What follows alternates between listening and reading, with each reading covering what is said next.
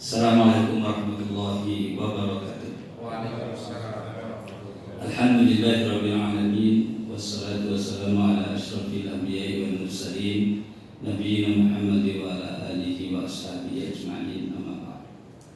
Masyarul muslimin, jamaah salat zuhur yang dirahmati dan diberkahi Allah Subhanahu wa taala.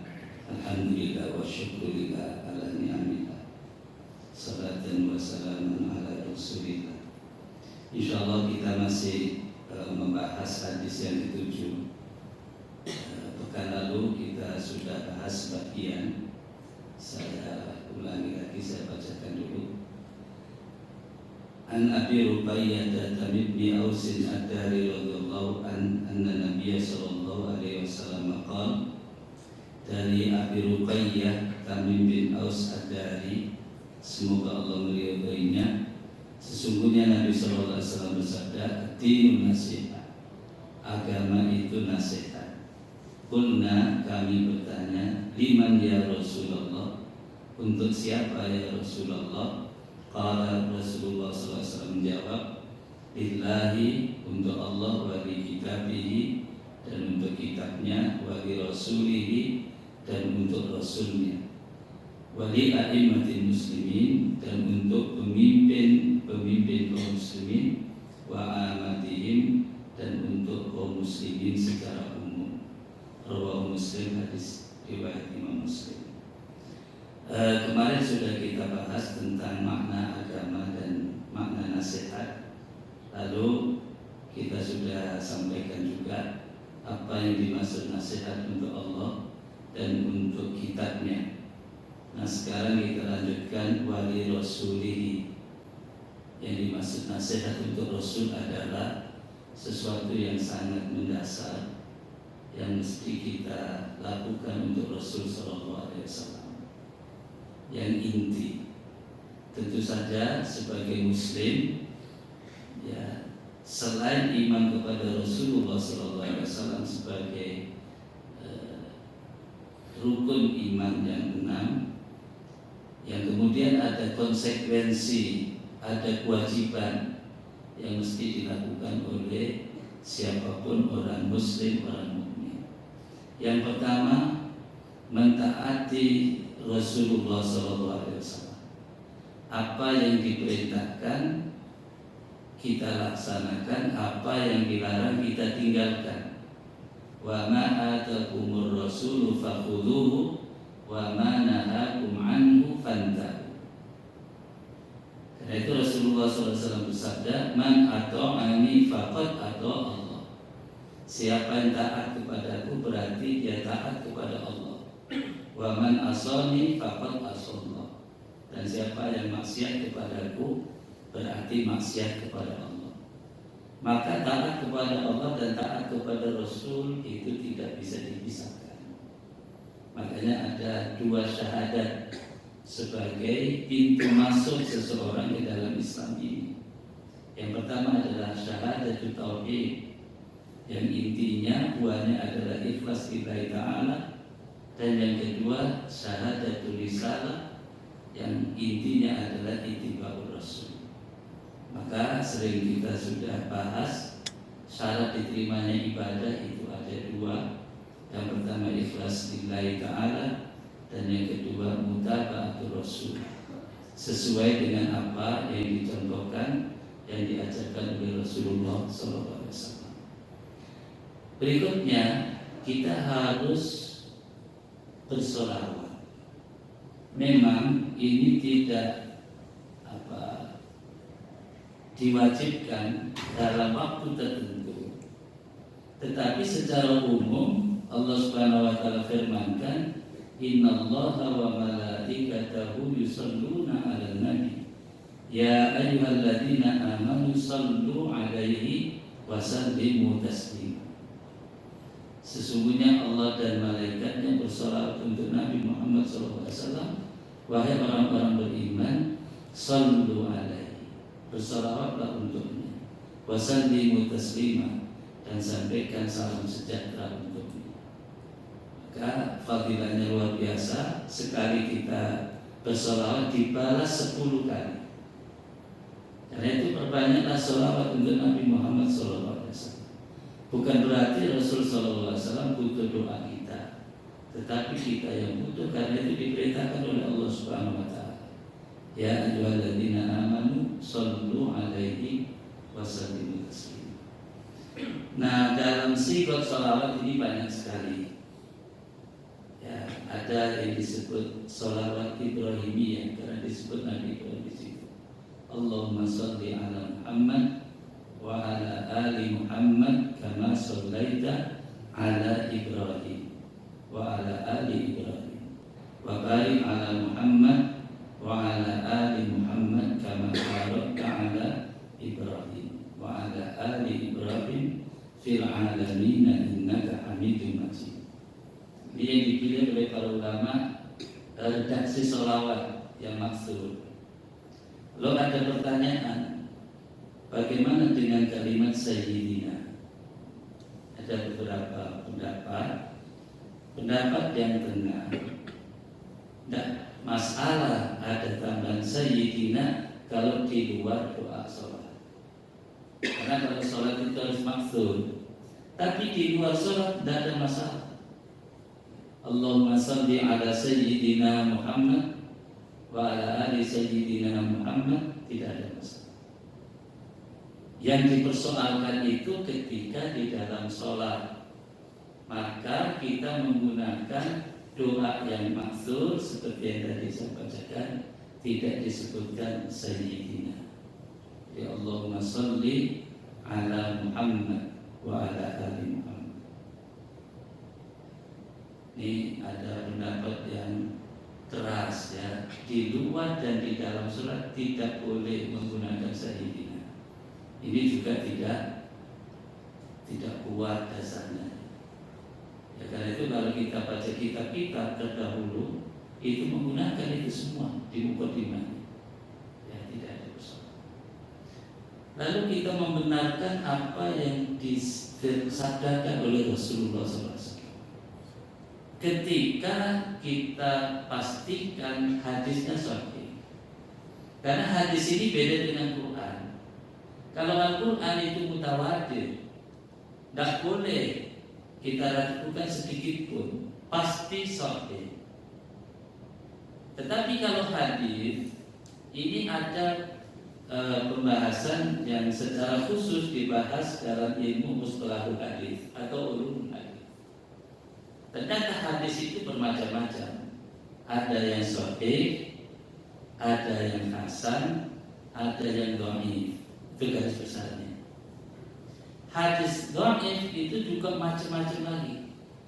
Sampai tingkat yang paling fatal itu hadis maudhu, hadis yang palsu, dibikin-bikin. Nah, kenapa hadis ini ada pembagian seperti itu?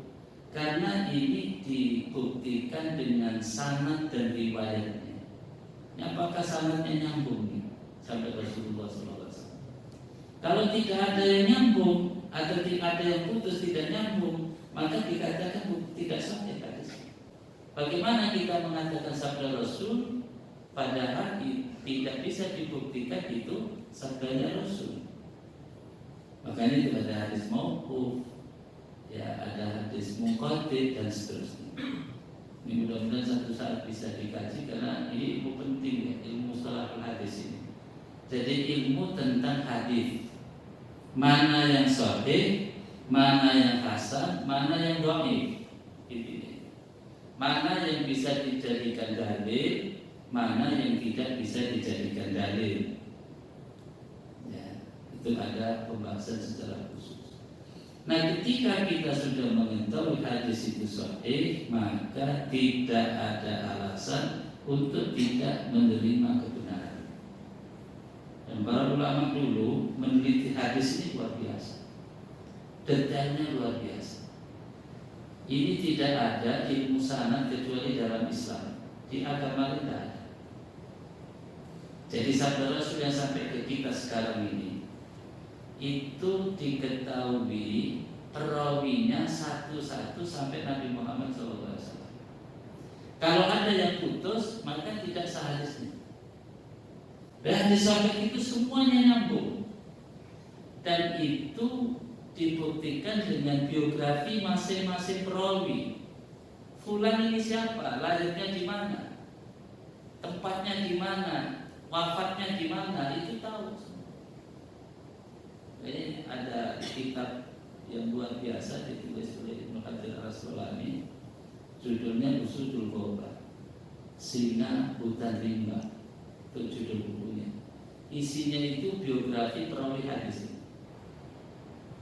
Jadi kalau kita ini termasuk tidak biasa membaca riwayat seseorang atau biografi atau CV-nya itu. Tapi dulu para ulama hadis itu tidak menerima kalau ada perawi yang nggak jelas nasabnya saja dipersoalkan, nggak jelas tanggal lahirnya saja dipersoalkan, nggak jelas gurunya juga dipersoalkan. Jadi ini ilmu yang luar biasa. Nah, diri kita di Indonesia ini, bab hadis ini termasuk yang lemah. Ulama hadis ini termasuk yang jarang di kita. Di Pakistan, di Afghanistan, di Afrika itu banyak ahli hadis. Bahkan di Asia Selatan. Jadi ini unik. Ini menunjukkan Islam ini untuk seluruh dunia, rahmatan lil alamin. Ternyata imam-imam hadis itu non Arab. Jadi Imam Bukhari bukan orang Arab, Imam Muslim bukan orang Arab, Imam Abu Dawud bukan orang Arab. Ulama hadis yang terkenal itu kebanyakan non Arab. Ini menunjukkan bahwa Islam ini untuk seluruh dunia, bukan untuk orang Arab. Ya. Dan ini sebagai bukti. Jadi Imam Bukhari itu dari Bukhara itu di Asia Selatan, sekarang itu di Tajikistan. Dulu wilayah Soviet. Nah, setelah Soviet bubar, ini merdeka masing-masing. Itu Imam Bukhari. Tapi meneliti hadis itu sampai ke Syam. Zaman itu belum ada pesawat, belum ada kereta, belum ada bus. Kebayang oleh kita betapa perjuangan ulama dahulu untuk hadis ini luar biasa. Nah, pertanyaannya di kita sekarang, kita ini tidak baca sudah, tinggal memahami. Ibarat kita makan itu sudah disajikan, ya tinggal menikmati. Kita nggak ikut nyari bahannya, nggak ikut masak, nggak ikut ngolah, tinggal menikmati. Tetapi kita belum selera. Nah itu kan persoalan. Belum selera gitu, belum senang gitu. Coba hadis ini jutaan, berapa hadis kita yang hafal?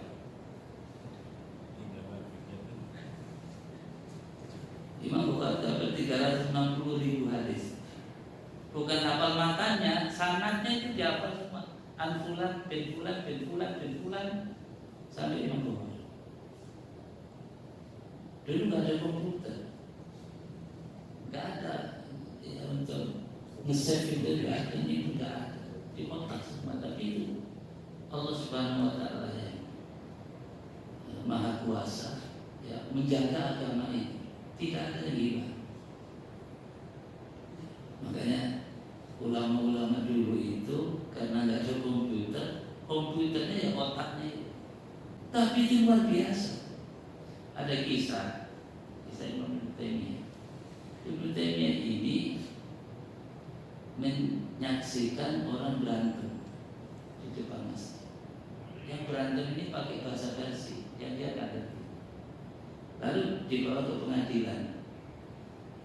Kata di pengadilan katanya butuh saksi. Dipanggil Ibnu Taimiyah. Ibnu Taimiyah itu bisa menceritakan ributnya dua orang pakai bahasa yang dia tidak ngerti. Kayak jeruk kambing. Ibnu Rushd di dalam mazhab Maliki ya, punya kitab namanya Bidayatul Mujtahid wa Nihayatul Muqtasid. Ini kitab perbandingan mazhab. Itu menulis kitab tanpa referensi.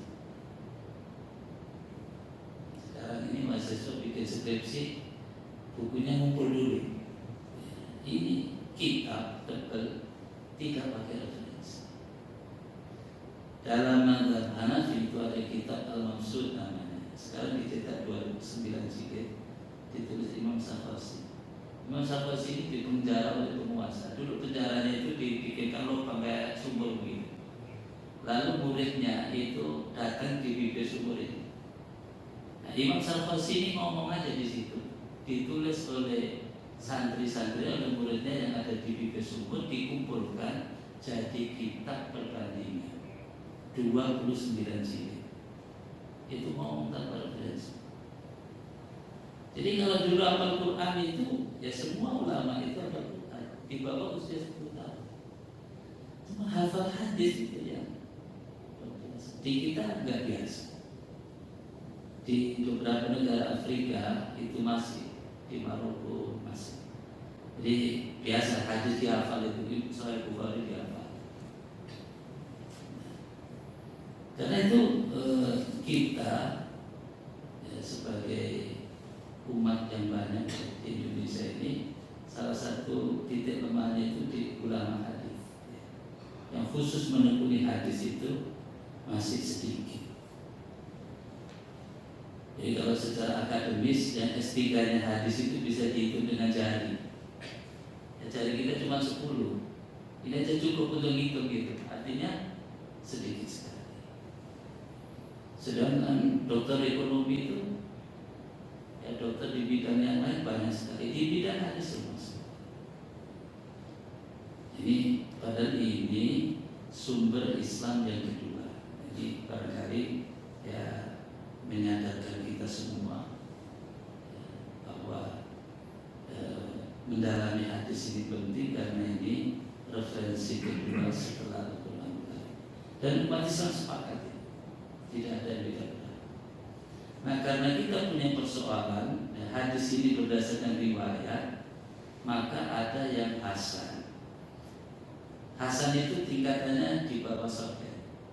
Jadi hasan ini hadis, tapi perawinya tidak seperti syarat hadis sahih, cuman jalurnya banyak. Sahabat yang meriwayatkan itu banyak. Gitu.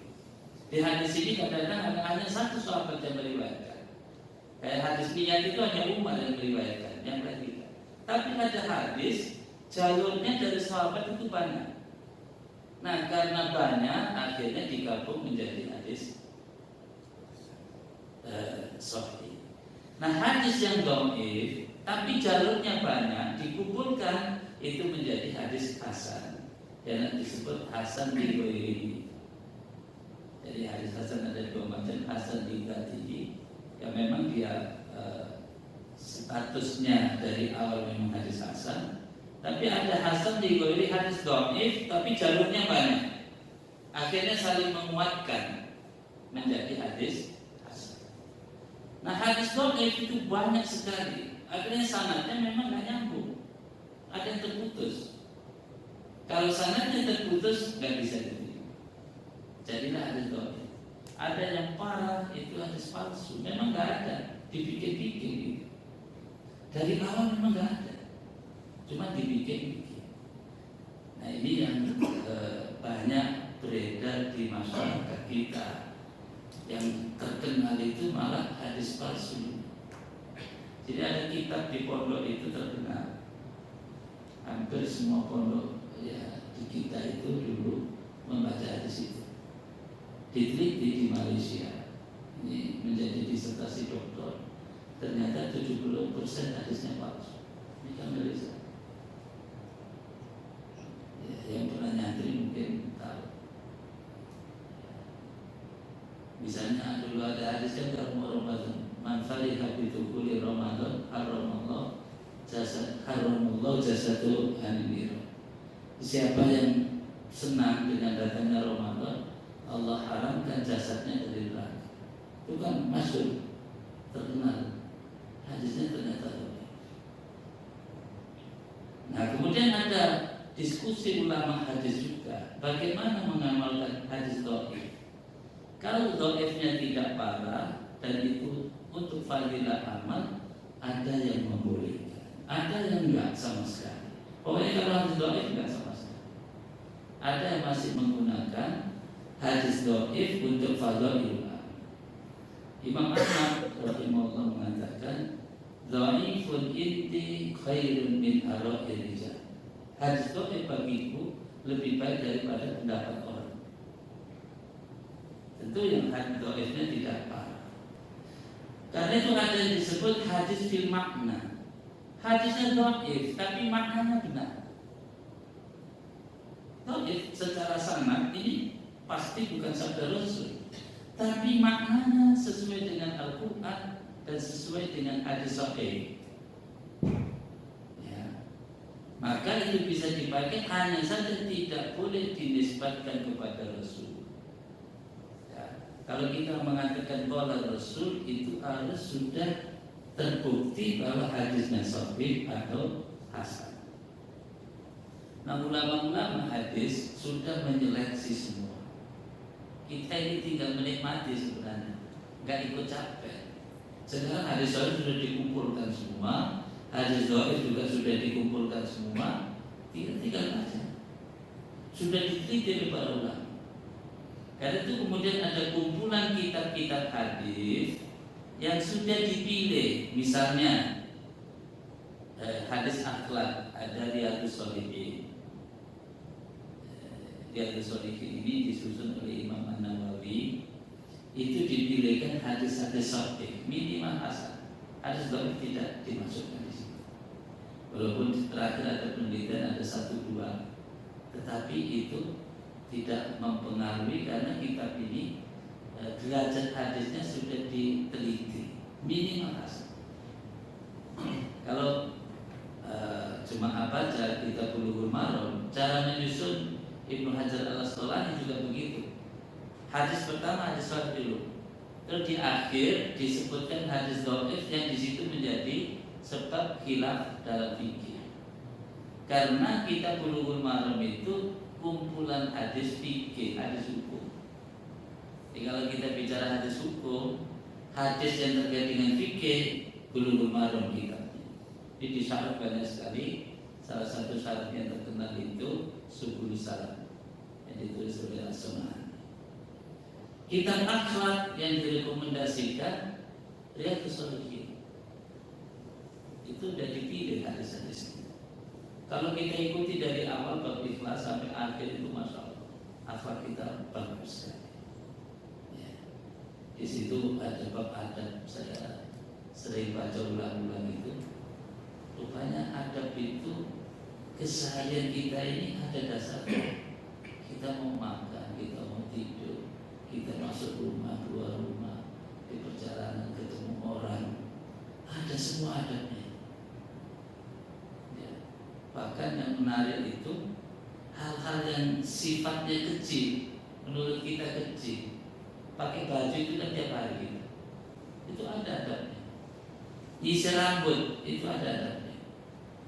Saya sampai sekarang mempelajari hadis isi rambut itu belum tuntas, karena Rasul itu selalu tayammum dari kanan. Nah kalau kita pegang sisir isi rambut dari kanan itu dari mana?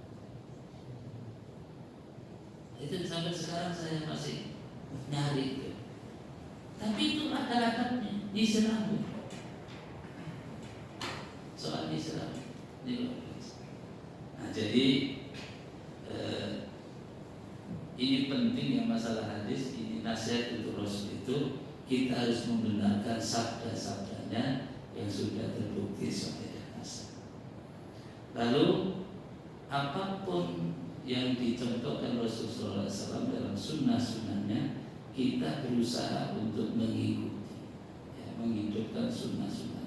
Memang ada hal yang tidak wajib sifatnya, tapi oleh Rasulullah dilakukan terus menerus. Qiyamul Lail misalnya, saum sunnah, ya. Senin Kemis, ya. Ayyamul Bid, sunnah-sunnah, sholat duha, ya, sedekah, banyak sekali. Nah ini yang mesti kita harus contohkan. Nah jemaah sekalian, saya akan berlama-lama dengan hadis ini ya, karena ini muatannya banyak. Nanti nasihat untuk para pemimpin belum. Ya.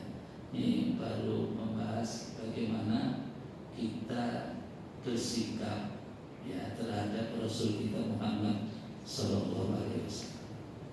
Ya, di samping kita mentaati ya apa yang diperintah, meninggalkan dilarang, ya kita bersolawat untuknya, kita jadikan qudwah ya teladan terbaik dalam seluruh aspek kehidupan ini. Lalu kita ikuti sunnah-sunnah. Jazakumullah khair. Tafadhal kalau ada yang ditambahkan. Ini mohon maaf, ini ketua DKM imam juga ini. Kita bahasnya ini maunya cepet tapi sayang ya. Ya nggak apa-apa ya. Masih hadis. Ini tujuannya. Saya mencatat satu hal penting. Ya ini kritik buat kita semua. Kita umat Islam ini interaksi dengan hadis ini masih lemah. Coba, siapa yang punya kitab hadis di rumah? Kalau punya mushaf Quran, nggak usah ditanya. Kalau nggak punya, kebangetan ya. Orang Muslim kalau nggak punya mushaf ya, udah kebangetan ya. Mesti punya ya. Karena sekarang mushaf itu banyak sekali. Mau yang model apa? Ya, tajwidnya ada yang terjemahan perkataan, masya Allah. Dicetak laks semua sekarang. Tidak ada alasan nggak punya mushaf. Tapi pertanyaannya, kita hadis punya. Ini jangan-jangan ustadznya juga nggak punya. Ini persoalan memang. Iya, karena itu taklim itu jangan. Sahih Bukhari, Sahih Muslim, Sunan Abi Dawud, Sunan Tirmidzi, Sunan Nasai, Sunan Ibnu Majah, Musnad Imam Ahmad, Muwatta'nya Imam Malik. Ini kitab-kitab yang Indo. Ya, kitab-kitab Indo. Nah, dari kitab-kitab ini sudah dirangkum lagi, sudah diklasifikasikan mana kitab yang terkait dengan fikih, ada Bulughul Maram. Ada yang terkait dengan akhlak, ada Riyadhus Shalihin. Ya, itu yang ringan-ringan. Ya, dan masih banyak lagi. Ada kumpulan seperti ini, 40 hadis. Ini hadis-hadis pokok. Dikumpulkan 42 hadis, dipilih juga oleh Imam An-Nawawi. Nah, makanya timbul pertanyaan, cara kitabnya nggak punya, yang hafal juga enggak gitu. Ini persoalan memang. Ya minimal kan ada kitabnya dulu, terbaca dulu, terus ya kalau nggak sampai 40 ya 1 atau 2 masa nggak sama sekali. Artinya kalau kita ini sabda Rasul satu saja nggak ada yang hafal, ini juga masalah. Gimana kita mencintai Rasul?